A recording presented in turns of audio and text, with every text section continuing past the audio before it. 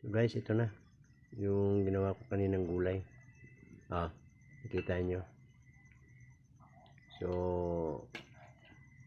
malapit na tayong kakain. Ayan, nilagyan ko lang ng pritong isda para medyo malanamnam naman. Bisayaon na lang nato ni maunilaw uy sa bukid. Nanam na nanam, di ba? So napakasarap. Ayan, kalabasa. Tsaka nilagyan ko ng dahong sibuyas.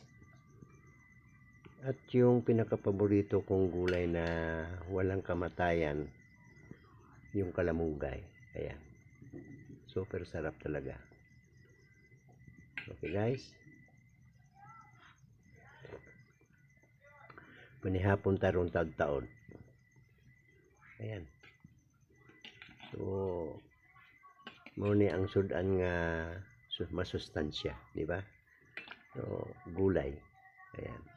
Yung batangan na to og subak nga prito. So di na kailugi basta na lang kay mga utanon rin sa bukid. Bisag mga unsang klaseng gulay.